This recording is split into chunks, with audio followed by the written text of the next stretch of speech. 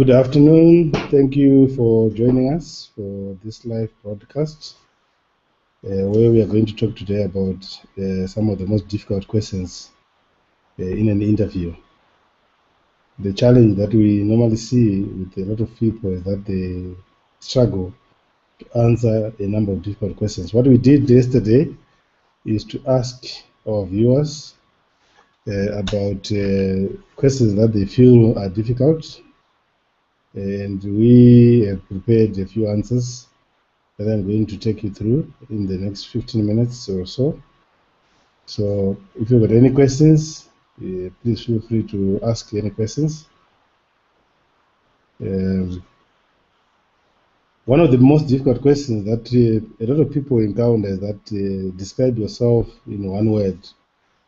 At this stage, I want to answer this question together with another question, which is tell us about yourself. So I'll have two questions that I'm going to answer. If you ask the question like describe yourself in one word, it's better to focus on something that is results oriented. You could say I'm energetic. So many adjectives that you can use to describe yourself, but all of them must be within the context of your interview, nothing outside the context of your interview. Normally, these questions are just meant to put you on the spot and put you under pressure.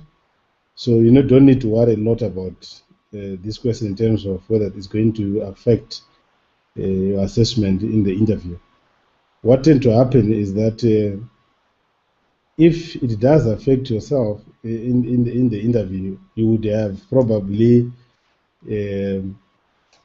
given answers that are normally outside the focus of that particular interview.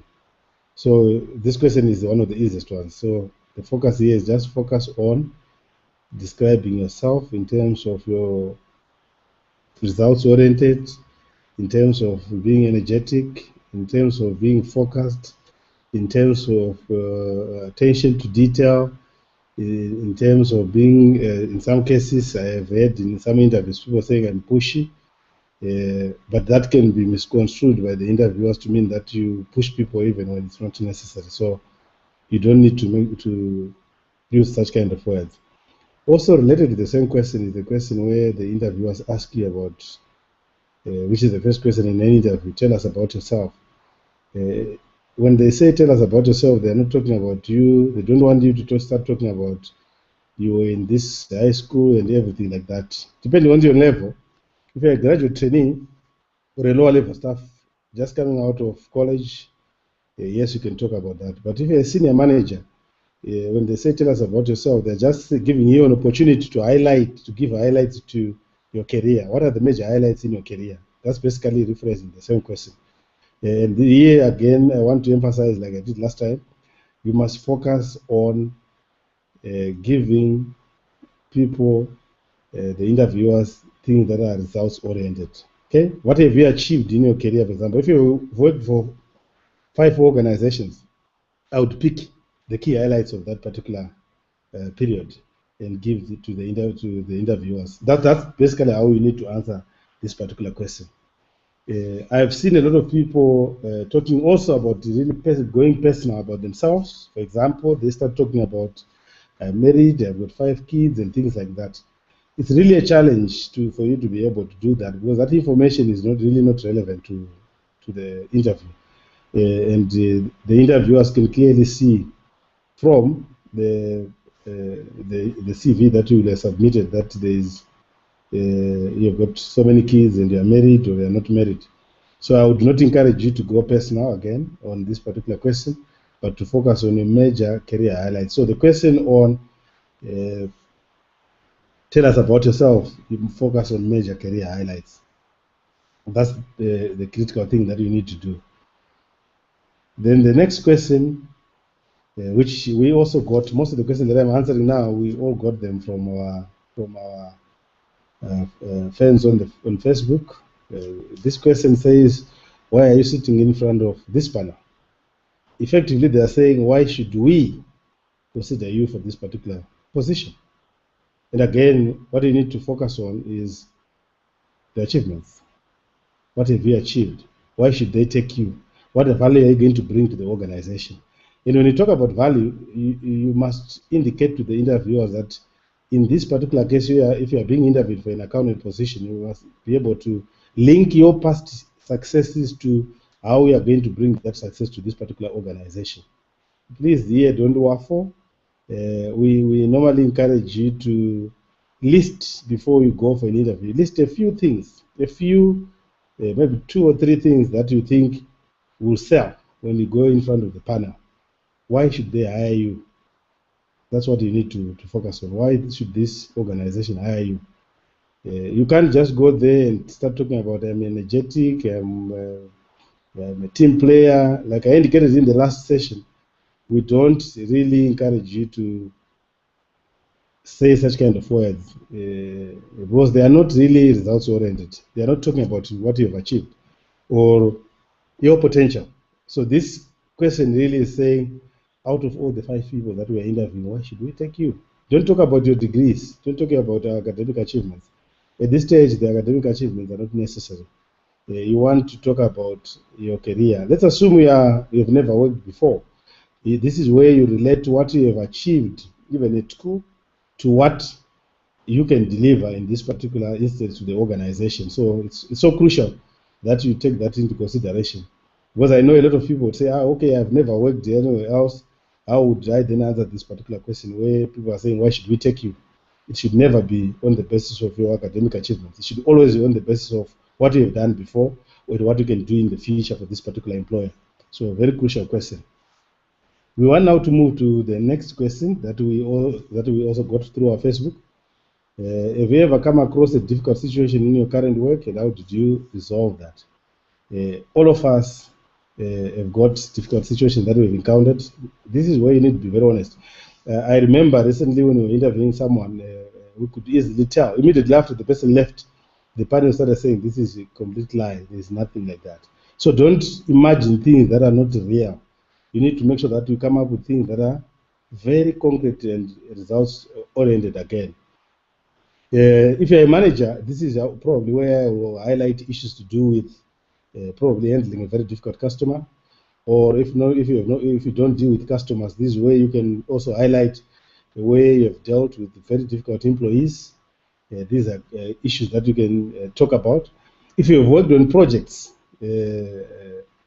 you could also highlight a very difficult situation, especially when a project is not completed. You could also highlight and how you have resolved the solution in terms of that particular situation. I'm sure in every given situation, there will be a solution. But be careful that you don't choose a situation where you fail to resolve the problem. Because what they are trying to find out from you is whether you are capable of resolving these problems. So if you give a situation where you gave up or where someone else had to make a decision on your behalf, they will probably rate you low or give you a negative rating because you did not yourself solve the problem. So that's basically how you answer. Look at situations. Even if you don't know the answer, you could say, okay, let me think about, I've got so many situations, let me think about one that really stands out of the 5 or 6 that I have had. Then you choose the best out of that. Because I know some people go blank when they get asked this particular question. Remember, in an interview, some of the questions, regardless of how much you prepare, some of the questions will be new, and you must always have the answers on your fingertips. That's what you need to do. So that is very clear in terms of answering that question. Let's move on to the next question. If you were to change anything in this organization, what would it be? I've also received very strange answers before, especially when it relates to this. For example, you will find someone say, I'll fire so and so, I'll fire so and so. How do you start firing people when you have not even delivered value? Who will give you the power to fire people when you have not even delivered any value? So what I suggest in regard to this question is that talk about processes, talk about changes. And this question is mainly informed by your research into this particular organization.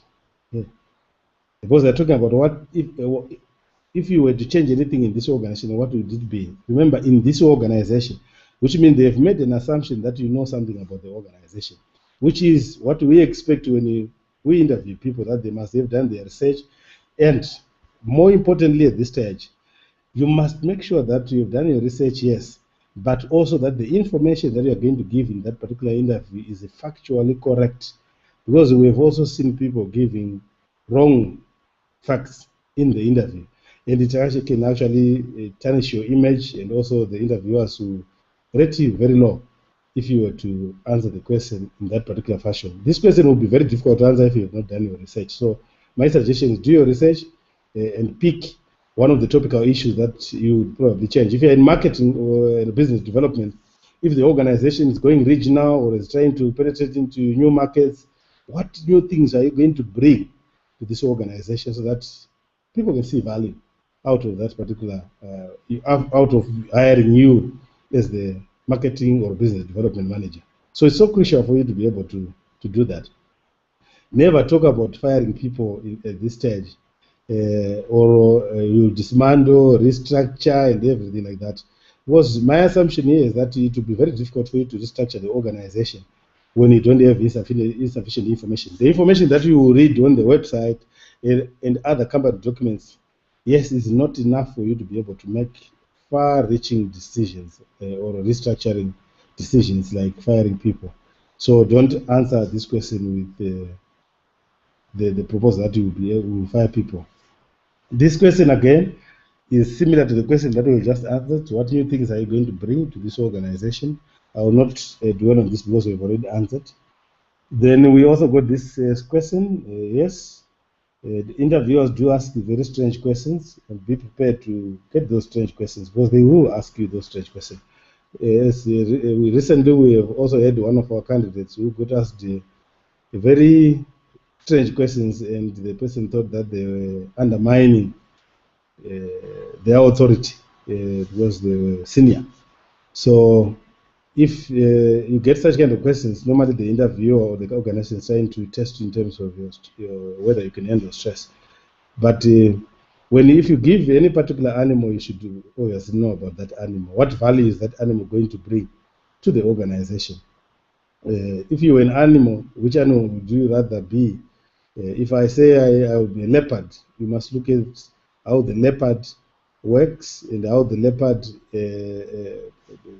operates on a day-to-day life, and how is that related to the job that is in front of you. Because every question that you must answer should be in relation to the job that you are being interviewed for. So don't go astray here and start answering and giving questions that have got nothing to do with the job. Even if you say I'm an elephant, so what? That's the question that I will ask if I am sitting on the panel. You must then relate this to the job that you are being interviewed for. So it's a very easy question. The other question that we also find people struggle with is, what are your strengths and weaknesses? All of us have got strengths, plenty of strengths, but these strengths must be in terms of how they relate to the job that we have or that we are being interviewed for. So if you talk about strength, you can talk about attention to detail, for example, where for every bit of answer that you give, you must then have an example of how you have applied that strength in your previous position or in your career, in school or elsewhere. That should be clearly stated in there. If you, for example, you are given an opportunity to highlight about 3, 4, 5 strengths, you must be able to give examples. If you have got attention to detail, how is that helped you in your job? For example, you could have actually picked some error or something that a lot of people could have overlooked, and the document was supposed to be signed or going to a very important client, and if the client had picked this problem, it could have spelled disaster for the organization. Those are some of the kind of things that we want. Some people could also come up with strengths like, I am a team player. If you say I'm a team player, give us a practical example of where you have applied that strength in your career. Again, it could be school, it could be in a work setting. If you have been working for years, it's always good to give examples that are related to your experience. But if you have never worked before, we encourage you to give examples that are related to your education, for example. If you have worked in a team at school, what exactly did you do and what value did you bring to that particular team? I know this part is easy. The second part of the question, which is, tell us about your weaknesses. Normally, this is a very, very tricky question, but also be very honest. For example, one of the things that I've always said to people is that I'm impatient sometimes, and that's a weakness. Because there are certain cases where patience is needed, but you could also highlight that you are actually working on that, because you tend to push people so that things get done, and in the process, a lot of people think you're not giving them enough time. And it must be a genuine weakness in the context of the job, in the context of what you do, not just an ordinary weakness. This is not where you talk about drinking or other weaknesses that we know. They don't come in here. Here you focus on the weaknesses as they relate to your job. It's also important to, when you're talking about weakness, to focus on those things that can be easily corrected. Because the interviewers are looking at things that they can correct. Because I don't think any interviewer would expect to get a perfect individual. Perfect individuals do not exist. So all individuals will have some form of weakness. So your role here is to be able to identify a weakness that can be easily corrected. If I am sitting on the panel and I find that someone has talked about a weakness that cannot be easily corrected, surely that will be a problem. And people might ask, oh, okay, if they've got this problem and it seems it's a problem that is for life, why should we hire them? They also put that in the context of that particular organization. So be careful on this one. Then we move to the next one. Why did you leave your last job? A tricky question, eh? Very tricky question. I know a lot of people, even the interviewers do know that you leave jobs in order to look for more money. So if you really left the job because you wanted more money, you put it in such a way that because normally people will say, I'm looking for greener pastures. What it basically means is greener pastures, you are looking for more money, and it could be misinterpreted by the people who are interviewing that this person is just looking for money, nothing else. But the best reason to give is your career advancement. I'm saying here, if you are leaving because you want more money, I would prefer you give that there's more scope in this particular job from what I've read, and also more career advancement opportunities from where I was. I've been there for the past 5 years, for example, and I think I've done enough in that particular position. I need to move on. And what they might do is that, so you mean if you come and join us, you're going to leave after 5 years? Be honest. There's nothing wrong with saying, oh, okay, in 5 years, 6 years in this position, I think I will have done enough. I would need to give others a chance. The younger generation, my subordinates, I would want my subordinates to take over from me. And if there is no opportunity for me to go higher, definitely I will leave. There's nothing wrong with answering that question like that. But where this question becomes very tricky is because we also find that some people, when they answer this question, they want to rubbish their previous employer. Please never rubbish your previous employer when you're answering why you left your previous job. Because some people say, I had a terrible boss, and this terrible boss never helped me. I nearly had a heart attack because of this terrible boss. This is not the kind of information that you want. You never rubbish your company or the bosses in that particular company. Because people would always think that if you join them, you are going to do the same. Okay, so never do that. Then the other part where it can be tricky is that in cases where you have been fired, for example, or in cases where you have been retrenched. If you have been retrenched, the easiest way to answer this question is say, look, there was restructuring in the organization, and I took a voluntary package out of that because I thought the organization wanted to streamline and reduce costs, and naturally a lot of people don't want to take risk of leaving even when they don't have a job. I took the risk, and I thought the organization should go forward because I believe every organization at some stage will need to restructure. That's a very good answer that you can give. Because although in the market most of the time, if someone has been retrenched, there is a negative connotation to that. People always think, oh, okay, they've been retrenched because they're a non-performer. But in our situation in Zimbabwe, it has got nothing to do with performance in most cases. Then in an event where you have been fired, this is really a trick one. But sometimes you need to be honest, because when these people are interviewing you in some of these instances, they will have done their research. So they know why you were fired. So you need to be very honest. There was a disciplinary hearing, and you didn't agree on whatever was not agreed. That is not a problem. But I know a lot of people want to lie when it comes to this. And when the employer then discovers that you've lied on why you left the previous job, we also find that you can lose your job. Because one of the conditions when you're getting employed is that all the information that you're going to provide is going to be true information, authentic information, but in some instances, yes, people do lie. But what you must also understand, if you have left a job because you were fired, the honest truth is it will be very difficult for employers to accept you if you have been fired for misconduct, especially.